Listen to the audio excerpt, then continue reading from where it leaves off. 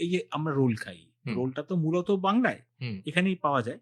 এই রোলের ইতিহাস বলা হলো, রোল কি করে তৈরি হয়েছিল, মাটন রোল হুম, কি করে তৈরি হলো, কোন দোকানে ১ম মাটন রোল বানানো হয়েছিল। অফকোর্স তাকে একটা মাটন রোল খাওয়ানো হবে। হুম, নাহলে তো সে মজাটা পাবে না।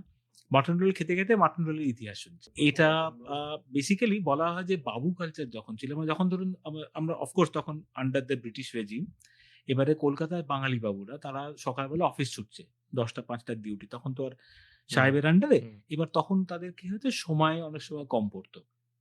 তখন তারা যাওয়ার পথে চটজলদি রুটি আর মাংস খাবে। এবার রুটি হুম, আর মাংস খেতেও তো সময় লাগে।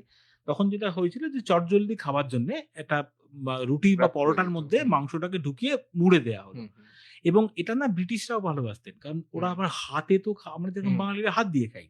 ওদের তো হাত দিয়ে খাওয়ার ব্যাপার নেই। ওরা কাঁটা চামচে হুম, দেবে, কাঁটা চামচে দিয়ে তো পরোটা খেতে পারবে না। হুম, তখন কি হতো, কাগজ দিয়ে ওটাকে মুড়ে দেয়া হতো। হুম, তো সেটাকে বলা হতো কাঠি রোল।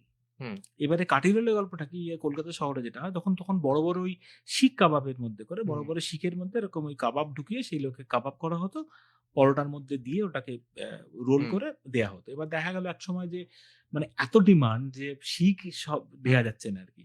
তখন ছোট, ছোট বাঁশের এরকম কঞ্চির মধ্যে, যেখান থেকে কাঠি রোল কথাটা এসছে। হুম, তার মধ্যে করে ওগুলো এখনো দেখবেন কাঠি হুম, কাবাব, হুম, কাঠি হুম, রোল হুম, পাওয়া যায়। তো ওই ছোট, ছোট হুম, হুম। বাঁশের স্টিক পাওয়া যায় তার মধ্যে করে। ওখান থেকে কিন্তু হয়েছে কলকাতা শহরে। পরবর্তীকালে রোল তো একটা আমাদের প্রতিদিনের খাবার এবং সেটা তার অনেক রকম সুগার চেঞ্জেস প্রেশার এর হয়েছে। জন্য তো সে আছেই। কিন্তু খেতেই হবে। এটা তো ছাড়া যায় না।